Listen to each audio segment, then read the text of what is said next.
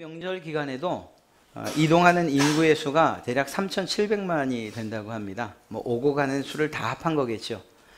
그나마 이 민족 대이동이라고 하는 이 복잡한 이 일이 그나마 긴 연휴로 인해서 분산되고 또 그래서 좀 여유롭다고 합니다만, 그래도 먼 여행길이 쉽지는 않죠. 가고 오는 길뿐만 아니라 가서 해야 할 일들, 이런 것들이 우리를 정말 힘들게 하고 스트레스 받게 합니다. 그런 가운데에도 불구하고, 그럼에도 불구하고 이 가족을 만나는 기쁨, 또 보는 즐거움이 어쩌면 이러한 모든 어려움들을 상쇄시키는 것은 아닌가, 그렇게 생각됩니다. 친지들과의 만남을 통해서 그간의 안부를 묻고, 또 어른들이 자녀들에게 하는 이야기를 귀 기울여 듣고, 또 반대로 그 아이들이 부모들의 말에 순종하고 어른들의 이야기, 삶의 지혜들을 배우는 이런 기회로 삼으면 얼마나 좋겠어요. 이건 바람이고요. 사실 특별한 명절이라고 해도 이 자녀들을 앉혀놓고 야, 이런저런 이야기, 살아온 이야기, 삶의 지혜, 신앙의 이야기, 이거 하기가 쉽지 않아요. 그저 하면 어른들끼리 이야기하고 아이들은 게임이나 혹은 TV나, 그것도 아니면 영화 보러 나가고 자기들만의 시간을 갖기 좋아해서 밥 먹는 시간 외에는 특별히 이야기 나눌 그런 기회는 없습니다. 하지만 그래도 이렇게 모인다는 것 즐거운 시간 아닙니까? 그 시간들이 여러분들에게 있어서 어떤 죄의 유혹을 받는, 또 죄를 범하는 그런 기회가 아니라 오히려 모인 가족들 가운데서 하나님께 영광 올려드리는 그러한 시간과 기회로 삼으시면 얼마나 좋겠는가 하는 그런 생각을 해봅니다. 오늘 말씀의 주인공인 이 모세는 그런 점에서는 참 위대해요. 우리 아이들도 내 말 듣기 싫어하는데 이 모세는 지금 출애굽한 200만여 명이나 되는 사람들을 앞에 놓고 설교를 하고 있기 때문이에요. 하고 싶은 말을 마음껏 하고 있고요. 오늘 배경을 살펴보면 그렇습니다. 40년 동안 광야 생활을 이제 마치고 가나안 땅을 목전에 둔 이스라엘 백성들에게 하는 이야기예요. 모압 평지, 요단강만 건너면 이젠 가나안 땅입니다. 약속하신 40년도 거의 다 지났습니다. 그런 백성들을 모아놓고 마치 유언처럼 했던 마지막 설교인 거죠. 야, 너희가 이제 새로운 땅에 들어가면 그 가나안에서 어떻게 살아야 하는지, 또 무엇보다 그곳에서 하나님을 어떻게 믿고 어떻게 섬겨야 하는지, 이러한 내용을 가득 담고 있는 그런 이야기입니다. 사랑하는 딸을 시집 보내는 그런 마음으로 말하지 않았겠는가, 그런 생각을 해요. 왜냐하면 시아버지가 그 친정아버지가 시댁에 찾아가서 같이 살지 않잖아요. 모세가 따라갈 수만 있었다면 아마 따라 들어가고 싶었을 거예요. 그러나 하나님께서 너는 여기까지 라고 말씀하셨고, 후계자 여호수아를 세워서 이스라엘 백성들이 인도하게 하죠. 그들을 보내는 모세 마음이 얼마나 힘들었겠습니까? 야, 쟤네 가서 잘할 수나 있겠나. 이 광야에서도 그냥 불평하고 불만 터뜨리고, 그래서 너희들 막아주느라고 내가 정말 힘들었는데 그런 모습으로 가나안 땅에 들어가서 과연 잘할 수 있겠는가, 이런 불안함과 걱정이 한가득 했을 겁니다. 비록 젖과 꿀이 흐르는 땅이었지만 반면에 유혹과 그에 따른 위험이 도사리고 있는 곳이었기 때문에 말이죠. 그런 모세가 그런 사랑의 마음, 그러한 안타깝고 또 해주고 싶은 그 모든 말들을 이 모압 평지에 서 있는 이스라엘 백성들에게 다 이야기하고 있는 거예요. 그래서 고별 설교라고 이야기하기도 합니다. 오늘 말씀을 통해서 우리가 과연 어떤 존재인지, 또 어떤 사람, 어떤 그리스도인이 되어야 하는지에 대해서 살피며 은혜를 나누고자 합니다. 언제나 누구나 그렇지만 내가 누군지, 자신이 누군지, 어떤 사람인지에 대한 그러한 자각과 인식은 매우 중요해요. 나에 대한 정체성, 이것을 알고 있는 사람과 모르는 사람의 삶의 차이는 매우 커요. 인생 자체가 달라진다는 것입니다. 예를 들어서 우리는 하나님의 자녀예요. 그럼에도 불구하고 내가 하나님의 자녀라는 사실을 아는 것과 알고 사는 것과 모르고 사는 것, 이건 너무나도 큰 차이인 거죠. 마치 그것처럼 이스라엘 백성들에게 이 모세가 해주고 싶은 이야기가 바로 이것이었어요. 너희가 비록 이집트에서 탈출을 해서 해방되어서 나와서 40년 동안 광야 생활하면서 지냈지만 너희들은 어떤 존재인가 하면 이러이러하다. 너희는 바로 이런 사람들이다 라는 이야기를 먼저 해주고 싶은 거예요. 이러한 사실들을 분명하게 주시시켜 줄 때 그들이 새로운 땅 가나안에 들어가서 나는 그런 사람이야, 나는 이런 사람이야 라고 하면서 살길 원한 거죠. 그런 면에서 오늘 매우 중요한 이야기, 자기 정체성에 관한 이야기를 먼저 이야기합니다. 바로 6절 말씀인데요. 너는 여호와 내 하나님의 성민이라. 내 하나님 여호와께서 지상 만민 중에서 너를 자기 기업의 백성으로 택하셨나니. 이스라엘 백성들을 향해서 하나님이 어떤 그 이름과 어떤 칭호를 부여하셨다고요? 자녀라고, 백성이라고. 그래서 거룩한 백성이라는 성민이라고 불러주셨다는 것입니다. 사실 거룩함은 하나님의 성품이죠. 그렇기 때문에 달리 말하면 거룩함을 우리 사람들이 갖거나 혹은 그것을 유지해 간다는 일은 거의 불가능한 일이에요. 그런 줄 알면서도 하나님께서 너는 나의 성민이다 이렇게 불러주셨다는, 거룩한 백성이다. 거룩하지 않은데 거룩하다고 불러주시는 거예요. 참, 실제 이스라엘 백성들의 모습을 살펴보면 그들이 거룩하지 않다는 사실을 더 잘 알 수가 있습니다. 이 애굽에서 이스라엘로 가는 그 길은 그렇게 먼 길이 아니죠. 빠른 걸음으로 가면 15일 만에 가기도 한다고 합니다. 보통 가도 한 달이면 가는 거리입니다. 그런데 그런 가까운 길을 40년 동안 헤매고 돌아다닙니다. 이유가 무엇이었을까요? 이스라엘 백성들이 했던 불평과 원망이 원인이 됩니다. 40년이라는 시간보다 더 안타까운 게 있다면 이 불평과 원망이 반복된다는 거예요. 야, 이제는 좀 그런 말 안 하면 좋겠는데, 이제는 감사하는 말만 하면 좋겠는데, 하나님께 순종만 하면 좋겠는데, 계속해서 반복하여 불평과 원망하는 거예요. 그리고 그 불평과 원망이 결국은 불신앙으로 이어지죠. 그렇게 해서 결국 1세대는 가나안 땅에 들어가지 못한 채 사막과 광야에서 죽어야만 했습니다. 여러분, 먹을 것과 마실 것, 입을 것, 모든 필요한 것들을 다 하나님이 채워주셨어요. 그럼에도 불구하고 그들의 불평이 끝이 없었다는 거죠. 마지막에는 하나님이 세우신 모세를 향해서 그의 권위에 도전하는 일까지 합니다. 그것은 하나님에 대한 도전이었죠. 가데스바네아에서는요, 모세와 또 정탐하고 돌아온 여호수아와 갈렙을 향해서 돌을 던지려고 하기까지 해요. 누구를 향해서 돌을 던지는 걸까요? 하나님을 향해 돌 던지는 거죠. 이러한 일들을 합니다. 결국 거룩함과는 거리가 먼 오히려 죄투성이의 사람이라는 것을 알 수가 있어요. 이게 변했냐? 사실 변하지 않았어요. 그런 이스라엘을 향해서 하나님께서 모세 입을 통해 말씀하시는 거예요. 너희는 나 여호와의 거룩한 백성이다. 내가 지상 만민 중에서 너희를 나의 기업으로 물을 백성, 내 보배로운 자로 삼았다. 이렇게 말씀하고 계신 겁니다. 우리가 생각해도 아예 아닌데, 그런데 하나님께서 그들을 향해 거룩한 백성이라고 말씀해 주시고 선언해 주시는 거죠. 이게 은혜예요. 이것이 하나님의 사랑입니다. 사실 이 놀라운 사랑과 은혜의 수혜자가 이스라엘 백성들만은 아니에요. 바로 우리들이 그 사랑과 은혜를 힘입은 자들입니다. 여러분, 아무리 생각해도 우리가 하나님의 백성이라고 불려지는 것, 하나님의 자녀라고 그렇게 불려질 만한 그런 자격이 있는가? 그렇지 않아요. 그걸 누가 잘 아는가 하면 우리 각자에 대해서 자기 스스로 잘 알아요. 다른 사람들을 향해서 맞습니다, 저 사람이 죄인입니다, 이럴 필요도 없어요. 그냥 내 모습을 이렇게 들여다보면, 야, 나 같은 사람을 어떻게 하나님이 거룩한 백성이라고, 당신의 자녀라고, 아들이라고, 딸이라고 불러주실까? 오히려 그게 의아스러울 정도예요.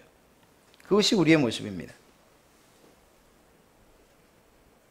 어떤 신학적인 용어를 든다고 하면 이때 이렇게 거룩한 백성이라고 불러주신 것, 그것이 사도 바울의 이야기를 빌어 말하면 의롭다 칭해 주시는 바로 그 일인 거예요.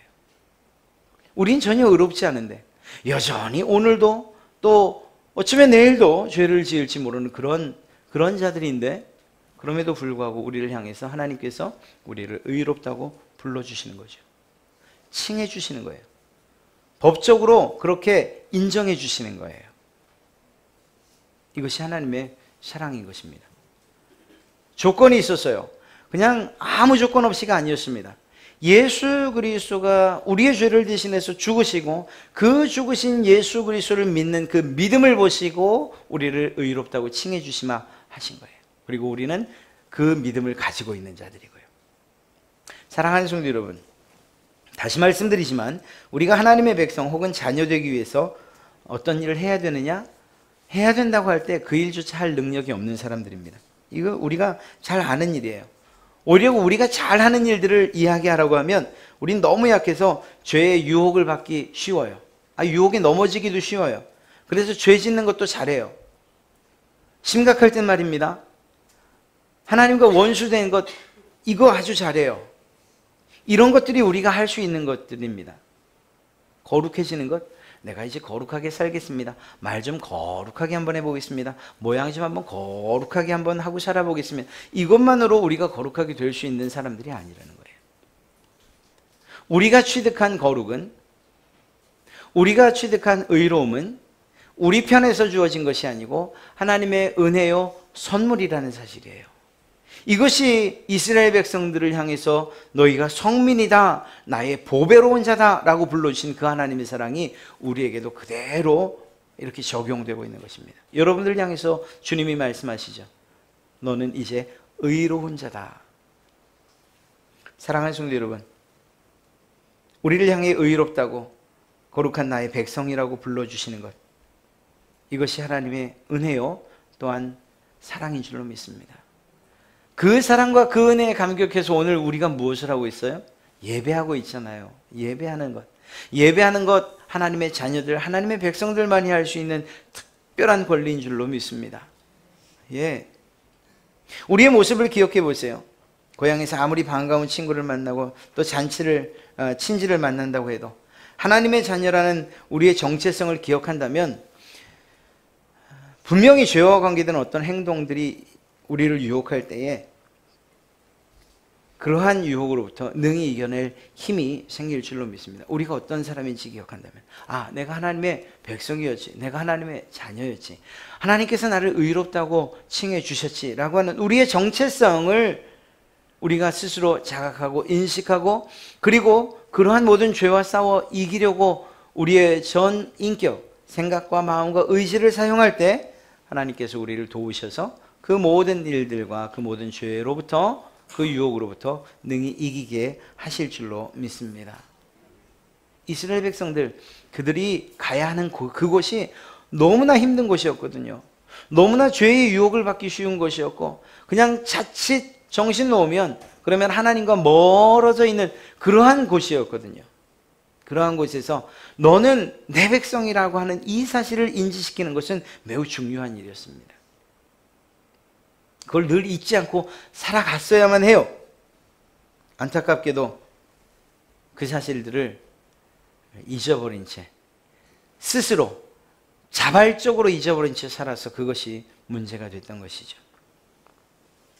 이번 연휴 기간이 여러분들에게 죄 짓는 그러한 기회가 아니라 오히려 하나님의 백성됨을 드러내며 하나님께 영광 올려드리는 그러한 기회 되는 그러한 시간들이 되시길 주님의 이름으로 축복합니다. 또 한 가지를 말씀드리면 바로 그것입니다.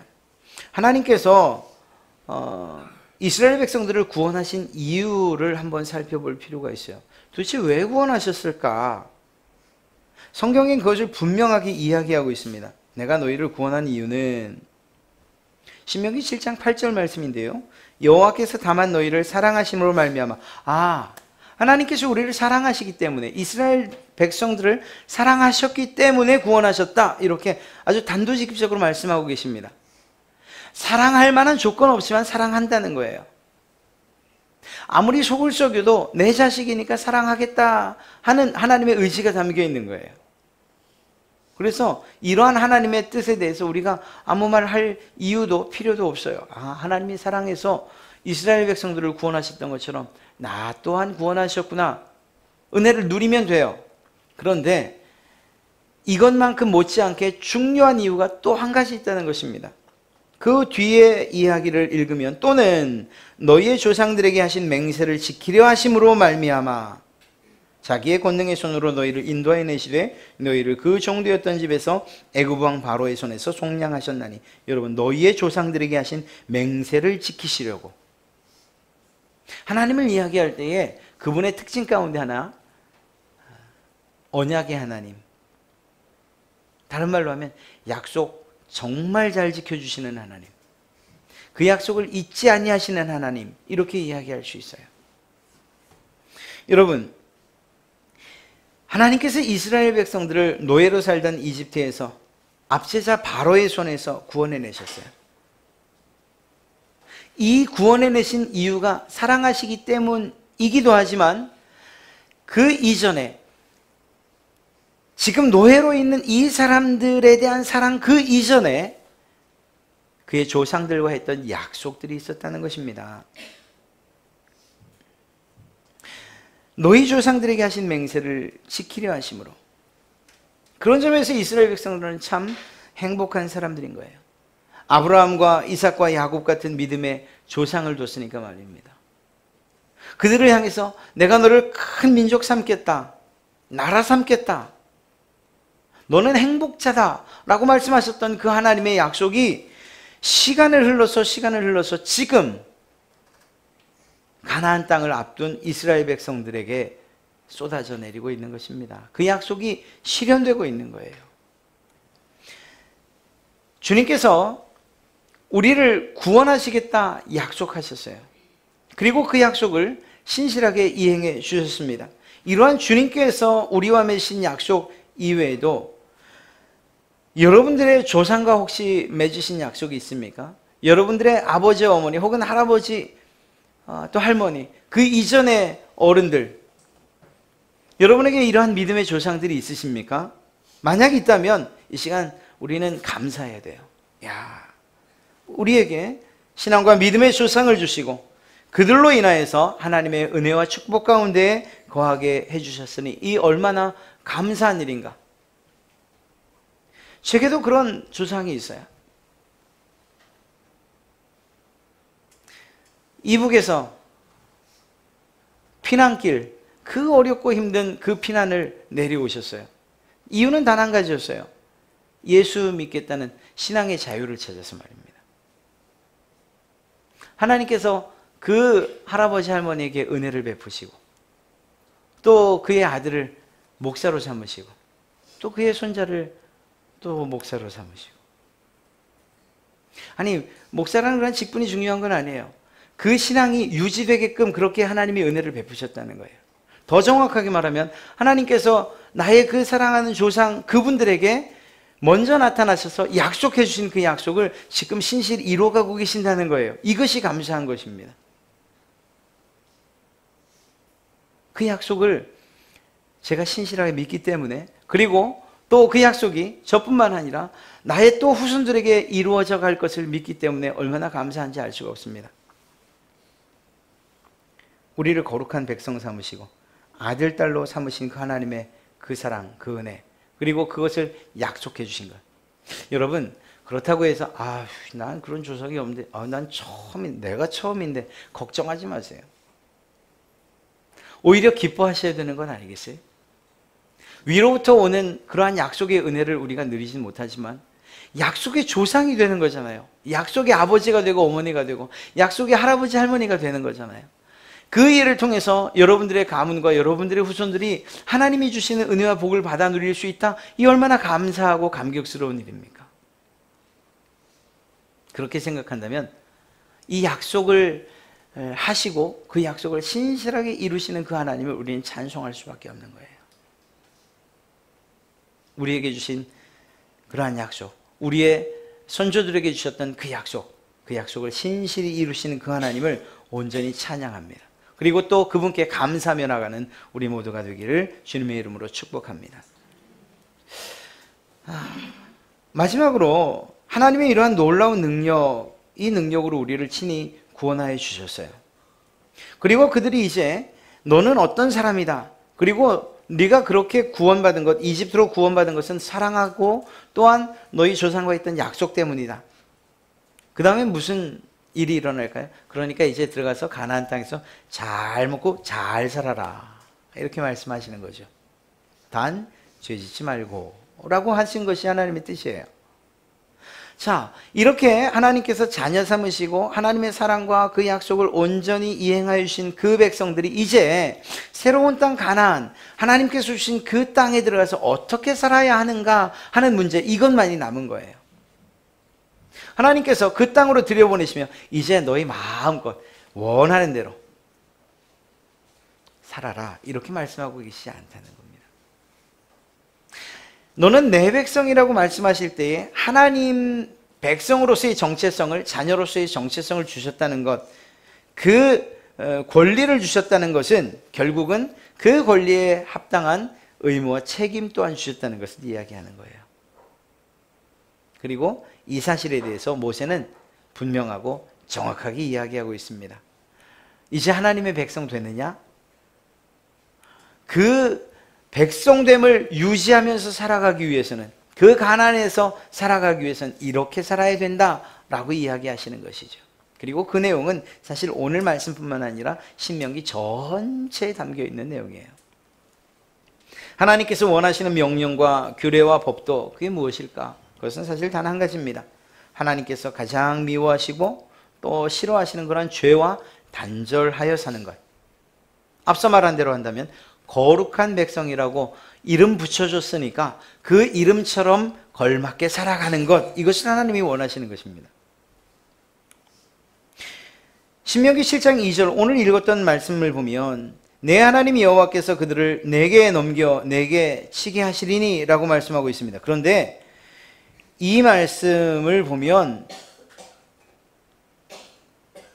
하나님께서 1절에 더 정확히 이야기하고 계신 게 있습니다. 7 족속을 이야기하시면서 쫓아내실 때에 라는 이야기를 하고 있어요. 쫓아내실 때. 누가 쫓아내는 것일까요? 하나님께서 쫓아내시는 것이죠. 하나님께서 7 족속을 쫓아내시겠다고 말씀하셨어요. 이것은 하나님께서 이루실 일이에요. 그런데 2절 말씀을 보면 그 일을 누가 해야 되는가 라고 이야기하실 때에는 네가 해야 된다, 이렇게 말씀하고 계시는 것입니다. 정말 이상하죠? 아이, 그러면 하나님이 좀 다 쫓아내시고 아무도 없는 땅, 정말 이제는 죄와 상관없는 그 땅에 거하게 하시면 얼마나 좋은가. 그런데 하나님께서는 내가 쫓아낼 것이다, 내가 쫓아낼 것인데 누구를 통해서? 너를 통해서 내가 쫓아내마, 이렇게 말씀하고 계시다는 것입니다. 그들을 내게 넘겨 내게 치게 하시리니, 이것이 하나님의 계획이에요. 그래서 그 안에서는 계속되는 전쟁과 전투가 있을 수밖에 없는 것입니다. 그래서 그들을 진멸해야 되는 것이고 그들을 쫓아내야 되는 것이고 그들과 약속도 맺으면 안 되고 그들을 불쌍히 여겨서도 안 되는 거예요. 그것이 전쟁이기 때문입니다. 이런 말씀을 읽으면 어떤 분들은 이렇게 이야기를 해요. 야, 정말 잔인해. 내가 하나님이 참 좋아서 사랑의 하나님이라고 말하고 싶은데 여기 이 여호수아 이 성경 보면 하나님 정말 너무너무 잔인해. 진멸이라니, 인권도 모르시는 하나님, 이렇게 이야기하는 그런 이들이 있어요. 예, 나타나는 그런 현상만으로 보면 그렇게 이야기할 수 있을 겁니다. 그러나 이 명령을 하신 하나님의 마음을 우리가 이해하고 또 왜 이런 명령을 하셨을까에 대한 생각을 우리가 정리하기만 하면 그것은 그렇게 큰 문제가 아니에요. 오히려 그분의 사랑의 크기와 무게를 느끼게 될 것입니다. 하나님의 진멸의 명령은 추후에 그 땅에 들어가서 이방인들의 풍습, 7 족속들의 풍습과 특히 이방 신들을 섬기는 바알과 아세라, 이러한 신들을 섬기는 이 풍습, 그리고 죄악을 따라하는 이 범죄를 미연에 방지하고자 하시는 것이었어요. 이것이 하나님의 뜻이었습니다. 하나님께서 선택하고 붙여주신 그 성민, 거룩한 백성이라는 이름을 더럽히지 않게 하시기 위함이었다는 것입니다. 이것이 하나님의 목적이었어요. 결과입니다만 안타깝게도 이러한 하나님의 사랑에도 불구하고 이스라엘 백성 그 사람들은 가나안의 이방신들을 섬기고 온갖 죄악들을 저지름으로 말미암아 그들의 영혼과 육신이 완전히 파괴됩니다. 나라도 파괴됩니다. 오늘 명령하신 진멸의 명령을 지키지 않았기 때문인 거죠. 왜 안 지켰을까요? 자기들의 이익, 자기들의 편의 때문이었어요. 가나안 사람들의 계약에 속아서 그들을 살려두기도 했지만 그들을 종으로 부려서 어떤 조그만 유익을 얻으려고 그것 때문에 그것들을 살려둔 거예요. 그 가나안 사람들을 살려둔 거예요. 하나님께서 우리에게 명령하시는 것은 사람에 대한 문제가 아니에요. 오늘 이 말씀을 통해서 우리에게 내 명령과 법도와 계명을 지켜라. 그 거민들을 진멸하라. 결혼하지도 말고 그들을 불쌍히 여기지도 마라. 우리를 향해서 무엇이라고 말씀하는지 아십니까? 너희 가운데 있는 너희를 유혹하는 그 죄에 대해서 용서하지 마. 죄를 진멸해라.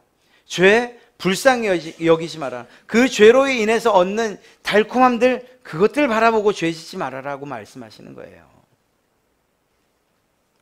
그것이 우리가 하나님께서 붙여주신 이름 거룩한 백성이라는 이 이름표를 달고 사는 사람들의 삶이어야 한다는 거예요. 바로 그 말씀을 하고 계신 것입니다. 어렵지요. 죄와 단절이라는 게 말처럼 쉽습니까? 나 이제 다시 죄 짓지 않겠습니다.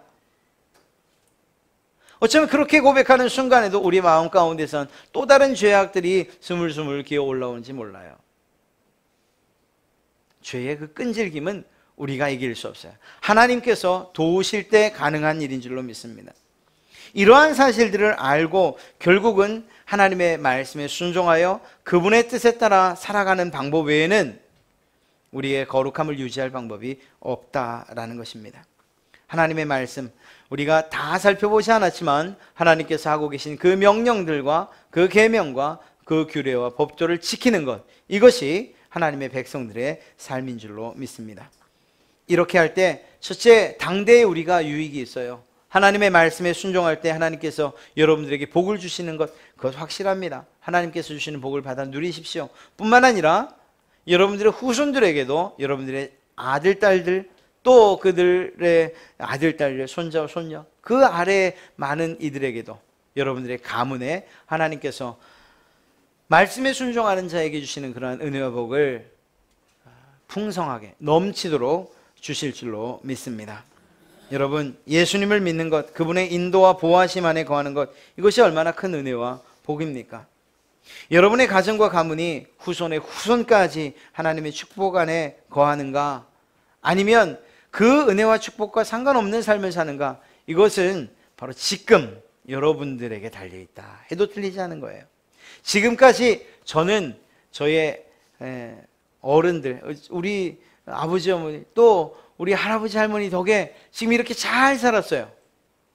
나 잘 살았으니까 됐지 뭐, 지들은 지들이 알아서 살아야지, 이러면 안 된다고요. 제가 지금까지 잘 산 것은 저희 부모님들, 저희 조상들의 그 믿음과 그 기도의 열매인 것이에요. 여담입니다만 신학교를 다니다 보면 이런 이야기를 참 많이 들었어요. 저에게 믿는 아버지, 어머니, 또 할아버지, 할머니가 계시다는 사실을 아는 이들, 그 가운데 특별히 처음 믿어서 처음 목회의 길을 걷는 그 친구들이 하는 이야기예요. 야, 넌 그 사람들이 한 얘기입니다. 네, 넌 참 편안하게 간다, 이렇게 얘기를 해요. 참 미안해요, 그런 얘기 들을 때마다. 제가 돌이켜봐도 야, 이게 내가 이렇게 편안하게 이렇게 그냥 쭉 뻗은 대로를 가도 되는가? 왜냐하면 처음 있는 그 친구들 정말 힘들어요. 공부하는 것도 힘들고 정말 목사 되기 위해서 아니 목사 되지 못하게 또 그 믿음과 그 신앙을 방해하려고 하는 일들이 얼마나 많이 일어나는지 알 수 없어요. 제게도 제 친구가 와서 2번이나 야, 난 목사 못하겠다 이 이야기를 2번이나 했어요. 물론 지금은 너무 잘하고 있죠. 제가 그때 막 혼내죠. 야, 너 말도 안 되는 소리, 네 맘대로 되는 일이냐 막 이랬어요 제가. 그러면서도 미안했죠. 그 친구가 한 이야기가 너무 미안한 거예요. 야, 넌 참 편안하게 간다. 여러분, 그러면서 제가 무슨 생각을 한지 아십니까? 그 친구가 했던 말의 대답이 있어요. 야, 너희 할아버지 할머니가 부모님이 해주셨던 기도가 결국 네가 이렇게 편안한 길을 가게 하는구나. 예, 그게 정답이에요. 사랑하는 성도 여러분, 여러분이 지금 잘 되십니까? 여러분들의 부모님 또 혹은 그 위에 조상들이 여러분들을 위해 기도했던 그 기도의 열매를 먹고 있는 거라고 생각하십시오. 그렇다면 그것으로 멈추셔는 안 되는 거예요. 나만 먹고 잘 살았어야 되겠어요? 여러분들의 자녀, 여러분들의 후손들을 위해서 우리가 어떻게 믿어야 할지, 어떤 마음으로 살아가야 할지 그것들을 마음속에 잘 정리하시고 또한 새기시기 바랍니다. 여러분들의 지금 모습을 통해서 여러분들의 가정이 믿음의 명문가가 되어지는 일, 그것이 여러분의 손에 달려있는 것이기 때문입니다. 사랑하는 성도 여러분, 추석이라고 하는 명절을 맞아서 우리가 어떻게 하나님을 섬겨야 할지, 또 어떤 모습으로 살아가야 할지, 어떤 자긍심과 자부심을 가지고 살아가야 할지 오늘 살펴봤어요. 이 기간뿐만 아니라 우리의 인생 가운데서 죄와 상관없이 오히려 하나님께 영광을 올려드리고 그분의 은혜에 감사하고 감격하며 살아가며, 또한 그러한 충성된 삶을 삶으로 말미암아 여러분들의 후손들이, 여러분들의 자녀들이 잘 되는 은혜와 복이 여러분들의 가정과 가문에도 있기를, 그래서 믿음의 명문가라는 그러한 놀라운 칭찬을 듣기를 주님의 이름으로 축원합니다.